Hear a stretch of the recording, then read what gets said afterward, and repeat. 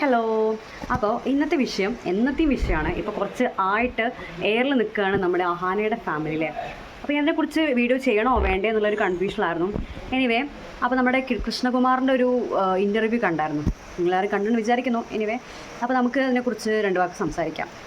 അപ്പോൾ ഈ പ്രശ്നം എന്താണെന്ന് നിങ്ങൾക്ക് എല്ലാവർക്കും അറിയാമായിരിക്കും. അറിയില്ല എന്നുണ്ടെങ്കിൽ എൻ്റെ ചാനൽ ഞാൻ വീഡിയോ ചെയ്തിട്ടുണ്ട്. അപ്പോൾ നിങ്ങളത് കണ്ടു നോക്കൂട്ടോ. അപ്പോൾ നിങ്ങൾക്ക് ഇതിനെക്കുറിച്ചൊരു ഐഡിയ കിട്ടും. ഞാൻ വളരെ ചുരുക്കിയിട്ടാണ് പറഞ്ഞിട്ടുള്ളത് കേട്ടോ. അപ്പോൾ നിങ്ങൾ വീഡിയോ സ്കിപ്പ് ചെയ്യേണ്ട ആവശ്യമില്ല. കാരണം ഞാൻ വളരെ ലളിതമായിട്ടാണ് ഇതിൽ പറഞ്ഞിട്ടുള്ളത് കേട്ടോ കാര്യങ്ങളൊക്കെ. അതായത് 1 മണിക്കൂറിൻ്റെ ഇൻ്റർവ്യൂ ആണ്. അപ്പോൾ അത് ഞാൻ അപ്പോൾ നിങ്ങൾക്ക് അറിയാം, ഇപ്പോൾ ഓരോന്നായിട്ട് അതായത് ഒന്നിന് പിറകെ ഒന്നായിട്ട് ഓരോരോ പ്രശ്നങ്ങൾ ഇവരുടെ ഫാമിലിയിൽ വന്നുകൊണ്ടിരിക്കുകയാണ്. ഇവരെ ഫാമിലിയിൽ ഓരോരുത്തർക്കും യൂട്യൂബ് ചാനലുള്ള കാര്യം നിങ്ങൾക്ക് അറിയുമായിരിക്കാം. അതായത് കൃഷ്ണകുമാറിന്, വൈഫിന്, മക്കൾക്ക് എല്ലാവർക്കും ഓരോരോ ചാനലുകളുണ്ട്. കഴിഞ്ഞ തവണ അഹാനേൻ്റെ ഒരു അഹാന ഇട്ട പോസ്റ്റിനെ കുറിച്ചിട്ട് സംസാരിച്ചിട്ടുണ്ടായിരുന്നു. സത്യം പറഞ്ഞു കഴിഞ്ഞാൽ അവരുടെ ഫാമിലി അനുഭവിക്കുന്ന സ്ട്രഗിൾസോ കാര്യങ്ങളൊക്കെ അത് ആ ഒരു പോസ്റ്റിൽ നമുക്ക് മനസ്സിലാക്കാൻ പറ്റുന്ന ഒരു കാര്യമാണ് കേട്ടോ. അപ്പോൾ അതിനിടയ്ക്കാണ് ഇപ്പോൾ ഇന്നലെ 2-3 ദിവസത്തിന് മുമ്പാണ് നമ്മുടെ കൃഷ്ണകുമാറിൻ്റെ ഇൻ്റർവ്യൂ വരുന്നത്.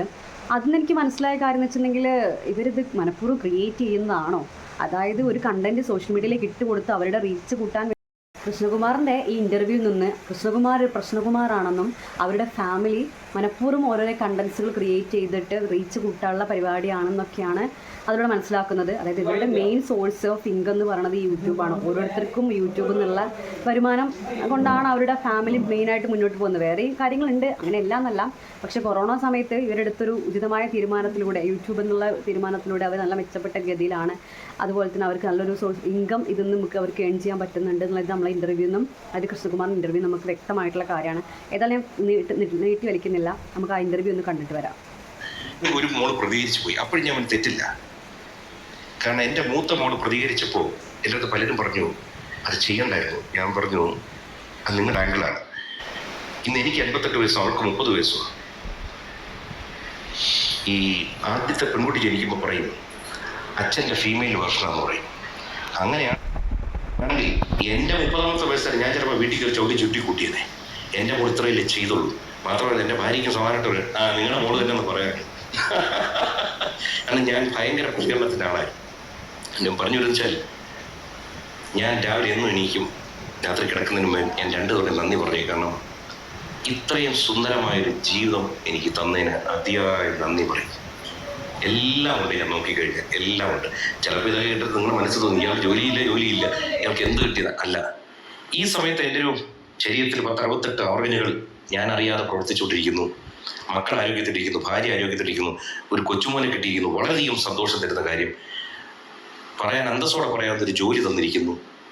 അതുകൊണ്ട് എല്ലാം കൊണ്ടും ഞാൻ അങ്ങേയറ്റം സന്തോഷനാണ്, അനുഗ്രഹീതനാണെന്ന് കരുതുന്നു. നന്ദി. ഇതിൽ കൃഷ്ണകുമാർ പറയുന്നൊരു വാക്കുണ്ട്, എൻ്റെ മൂത്ത മോൾ പ്രതികരിച്ചതിനെ പറ്റിയിട്ട്. അവളായതുകൊണ്ട് ഇത്ര ആയിട്ടുള്ളൂ, ഞാനൊക്കെ ആണെന്നുണ്ടെങ്കിൽ ചവിട്ടി കൂട്ടിയേനെ എന്നുള്ള രീതിക്ക് പറയുന്നുണ്ട്. എന്താ അല്ലേ, ഇതൊക്കെ കണ്ടിട്ടല്ലേ മക്കൾ വളരുന്നത്. ഈ വീഡിയോ കണ്ടപ്പോൾ ഞാൻ ചിന്തിച്ച പോലെ ആയിരിക്കും നിങ്ങൾ ചിന്തിച്ചിട്ടുണ്ടാവും അല്ലേ. അതായത് ഇത്ര പ്രശ്നങ്ങൾ ഉണ്ടായിട്ട്, അതായത് സോഷ്യൽ മീഡിയയിൽ അവരെ വലിച്ചു കീറി അവരുടെ കുടുംബത്തിനെ ഓരോരുത്തരായിട്ട് ഇപ്പോഴും പ്രശ്നങ്ങൾ ഉണ്ടായിക്കൊണ്ടിരിക്കുകയാണ് അല്ലേ. അപ്പോൾ അവരുടെ അടുത്ത് നന്ദി മാത്രമാണ് പറയാനുള്ളത്. കൃഷ്ണകുമാറിന് ആ പ്രശ്നങ്ങൾ ഉണ്ടാക്കുന്നവരോട് നന്ദി മാത്രമേ പറയാനുള്ളത്.